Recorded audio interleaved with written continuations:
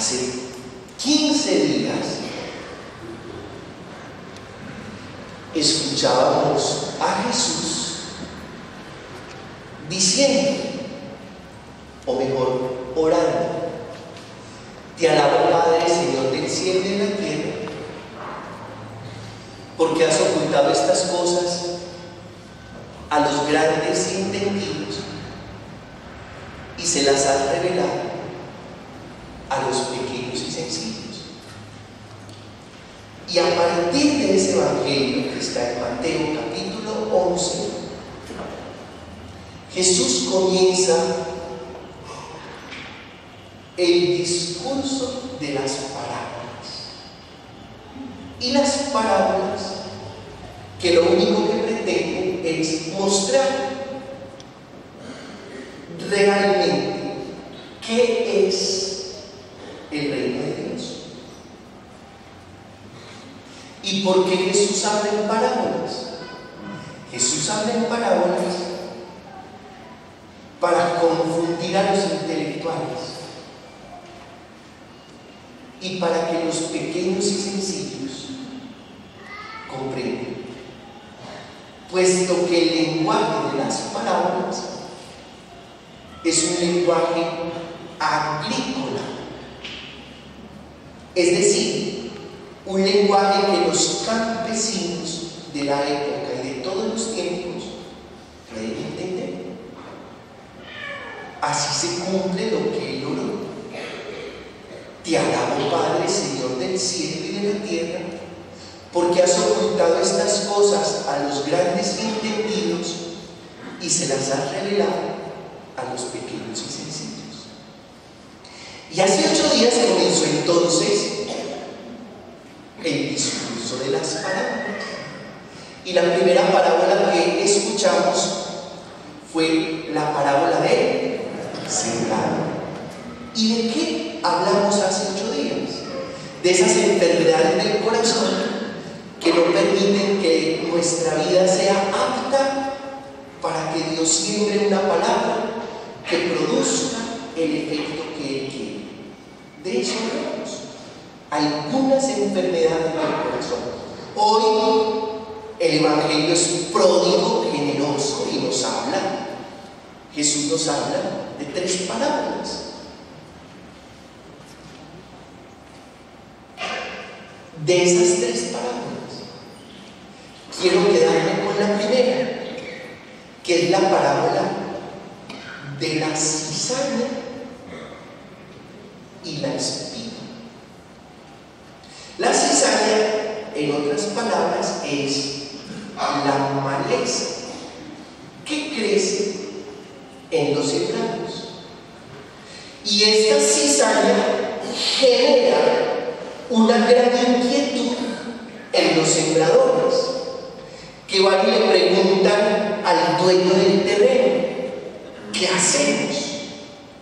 Arrancamos esa cizaña que está creciendo.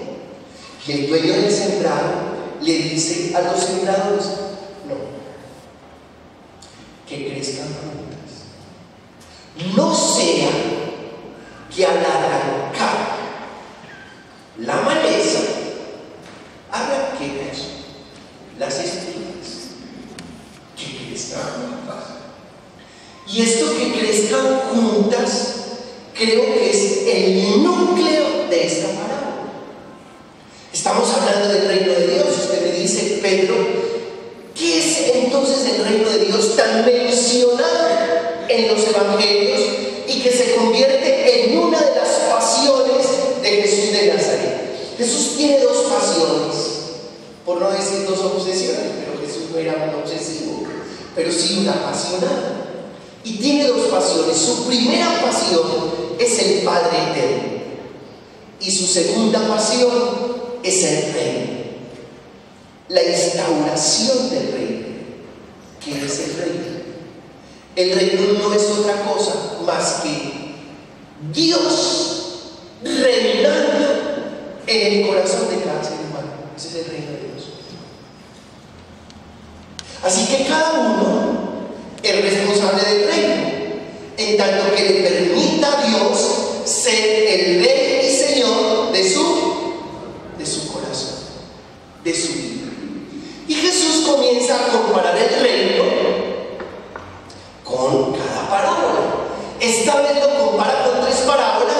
les dije que nos íbamos a quedar con la primera, de la espiga y la cizaña. ¿Y qué significa entonces esta comparación? Significa lo siguiente: tú tomas la decisión de aceptar en tu vida a Dios como Señor y Rey. Estamos en el reino. El reino está sucediendo en ti porque tú aceptaste hacer de Dios tu Señor y Rey, porque tú le abriste las puertas de tu corazón y lo pusiste en el primer renglón de tu plana y en el centro de tu vida. Entonces en ti está sucediendo el reino. Y como está sucediendo el reino, Dios sigue sembrando como el sembrador de la parábola de hace 8 días, y sigue sembrando semilla de óptima calidad. Pero resulta y sucede que hay otro personaje que también siembra. Y ese otro personaje que también siembra, no siembra semilla de óptima calidad, sino que siembra ¿qué? Cizaña. Y entonces aquí viene algo muy interesante, porque usted pudiera decir: pues si yo acepté a Dios en mi vida como Señor y Rey, yo ya no tengo nada que ver con el mal. Ojalá si uno dijera: ya acepté al Señor en mi vida como Rey, y yo ya no tengo nada que ver con ese asqueroso que siembra. Ojalá.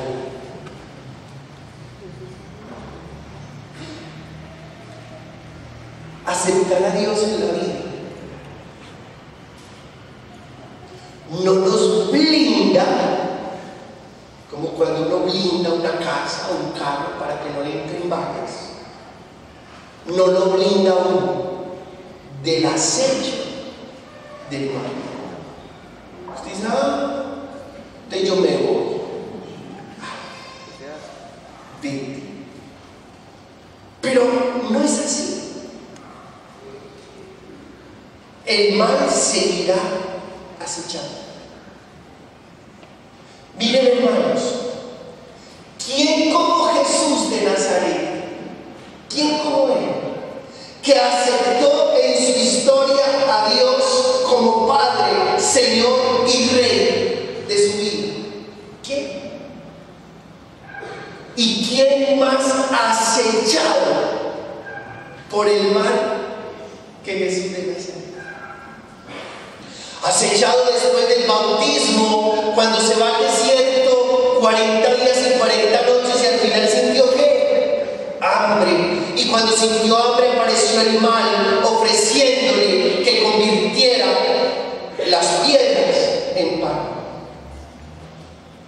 ¿Quién como Jesús de Nazaret, que es el que nos reúne en esta mañana? Porque no hay otro que nos reúna en esta mañana. Los que estamos aquí somos unos apasionados de la persona de Jesús, somos sus discípulos, somos sus amigos, Él es nuestro maestro.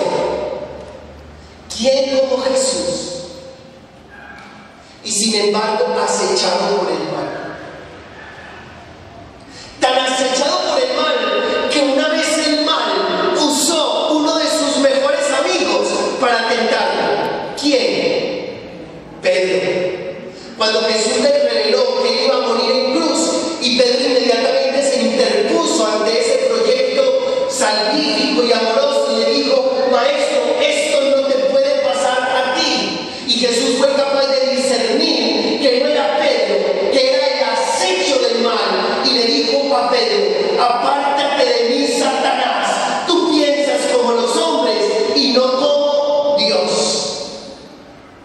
Así que, mis hermanos, si Jesús fue acechado por el mal, cuando no hay otro hombre en la historia, ni habrá, que aceptó a Dios como Señor y Rey de su vida, ¿qué podemos decir de nosotros?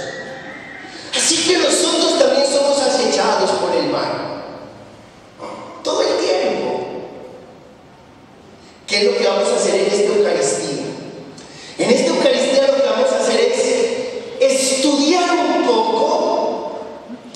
el modus operandi, es decir, la manera como trabaja el mal en nuestra vida. ¿Les parece? Vamos a desenmascarar a este asqueroso, lo vamos a desenmascarar.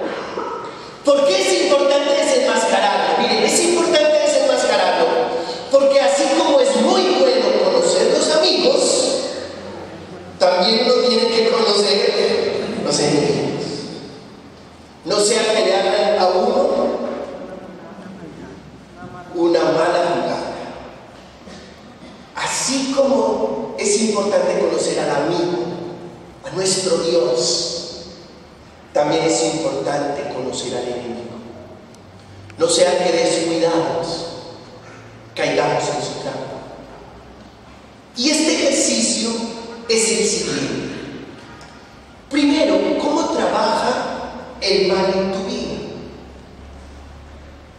Se viste de bondad, belleza y beneficio. Siempre se disfraza. Siempre. Lo dice el Evangelio de Mateo en el capítulo 7, verso 15. Lobos vestidos siempre se disfraza. ¿Y por qué se disfraza? Porque si se presenta como es, no obtiene éxito con nosotros. Si el mal se presenta como es, que es destructor, demoledor, dañino, ¿qué éxito va a tener contigo y conmigo? Ninguno. Por eso se disfraza. Y se disfraza de bondad, belleza y beneficio. ¿De qué? Bondad, belleza y beneficio. Entonces, ¿qué vamos a hacer? Discernir qué hay detrás de eso tan bello, qué hay detrás de eso tan bondadoso y qué hay detrás de eso tan beneficioso, porque de eso tan bueno. Discernir. Por eso necesitamos el Espíritu Santo. Y si hablamos en la segunda lectura, que como nosotros no sabemos pedir, el Espíritu viene en ayuda de nuestra debilidad, porque nosotros no sabemos lo que conviene. ¿Y cuántas cosas pedimos? Muchísimas. Pero ¿cuándo pedimos discernimiento? Creo que esta es una buena oportunidad para que pidamos discernimiento, para que seamos capaces de reconocer qué hay detrás de la bondad, qué hay detrás del beneficio y qué hay detrás de tanta belleza, porque el mal suele disfrazarse. Segundo, el mal obra en la oscuridad. Lo encontrarás en el capítulo 9 de Juan. ¿Por qué el mal obra en la oscuridad? Obra en la oscuridad porque es cobarde. ¿Es qué? Cobarde. ¿Quién creyera, hermanos? Que el mal que a veces, que siempre hace tanto daño, en realidad es cobarde. Y porque es cobarde, no es capaz de presentarse a plena luz. Él trabaja en la oscuridad. Por eso, nosotros hemos sido sacados del dominio de las tinieblas y hemos sido llevados al reino de la luz. Por eso Jesús se declara en el Evangelio como la luz del mundo. Y el que lo sigue no camina en tinieblas, sino que tendrá la luz de la vida. Hermanos, si ustedes viven en oscuridad, es muy fácil que se encuentren con el que trabaja en la oscuridad. Pero si ustedes viven en la luz, en Cristo el Señor, el enemigo no es capaz de salir a la luz. El mal no es capaz de atacar en la luz, porque es cobarde y miedoso, porque solo sabe trabajar en la oscuridad.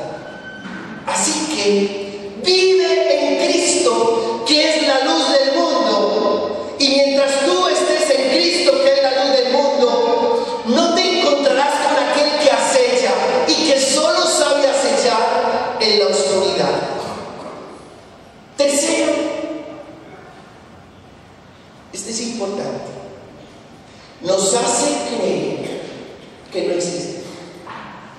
Los intelectuales, los filósofos, los científicos, si escuchan esta predicación, probablemente me llamen bizarro, anticuado, medieval.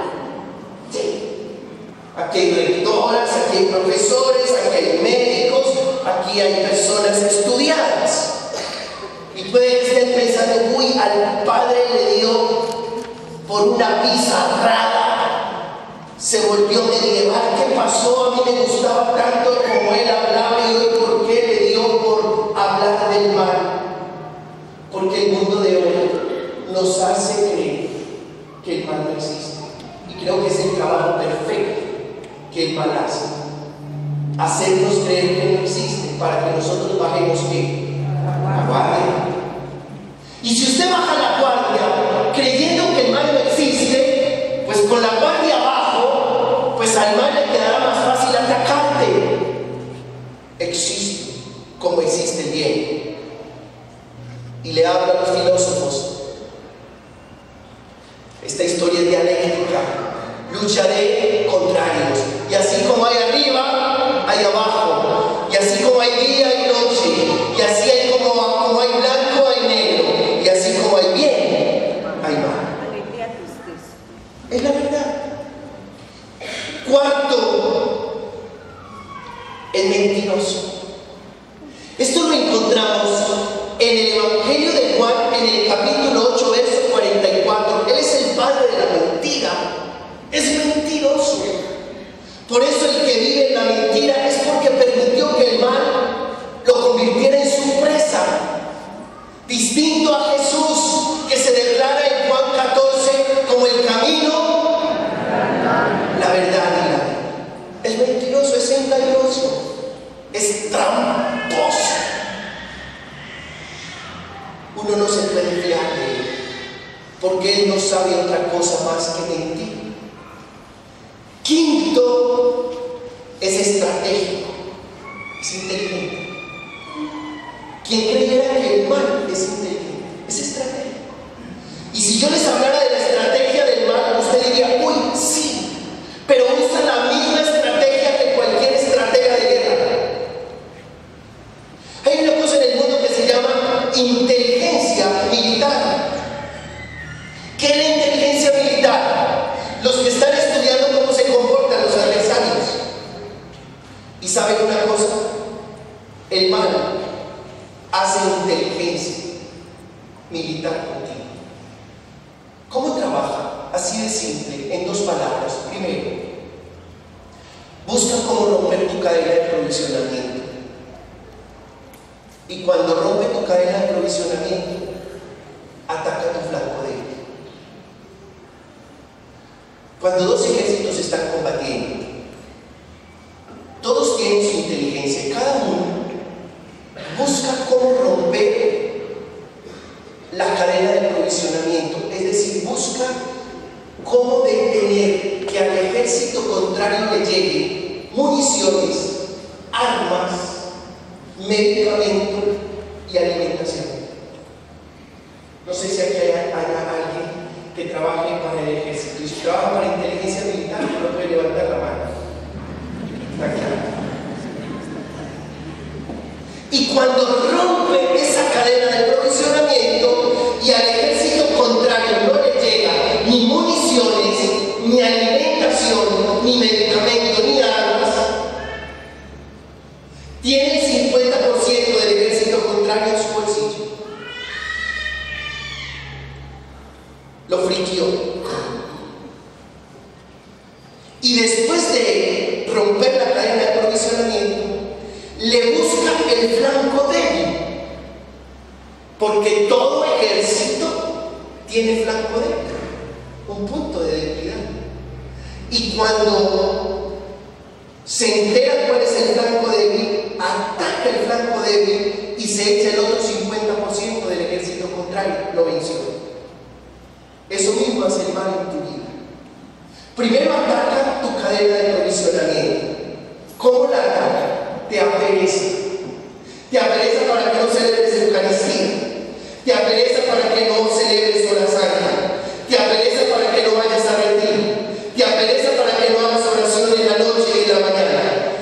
Cuando ya has roto tu cadena de provisionamiento, sabe que estás frágil y débil, ataca tu punto más vulnerable y te vence. Cuando comienza el mal a hacer estragos en tu vida, el mal comienza a hacer estragos en tu vida cuando logra romper la cadena de provisionamiento, es decir, cuando logra aperezarte para que hagas tu trabajo espiritual. Eso es inteligente. Sexto, ¿cómo les parece? Que el mal conoce nuestra necesidad. Sabe. Él sabe lo que necesita Nora, él sabe lo que necesita Ángela, él sabe lo que necesita Marlene, él sabe lo que necesita Diana, él sabe lo que necesito yo.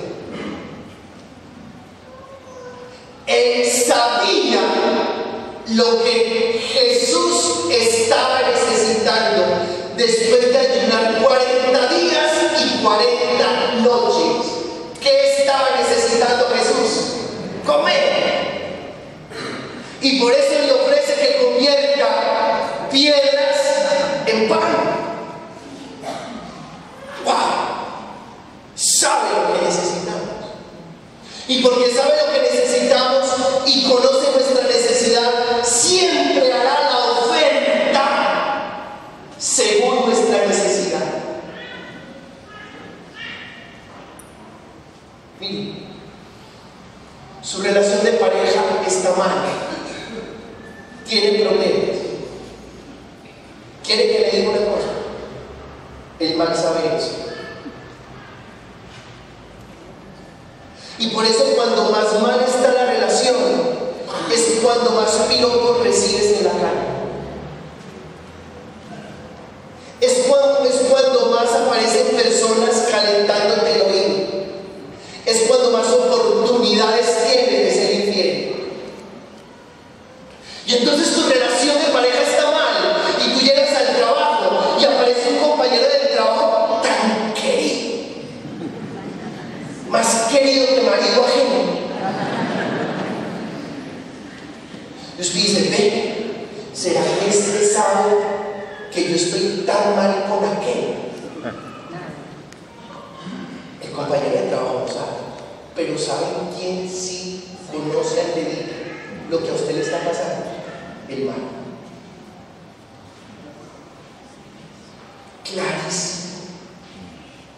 Usted tiene problemas económicos y cuando tiene problemas económicos es cuando aparece la llamada telefónica diciéndole que usted tiene un preaprobado en el banco.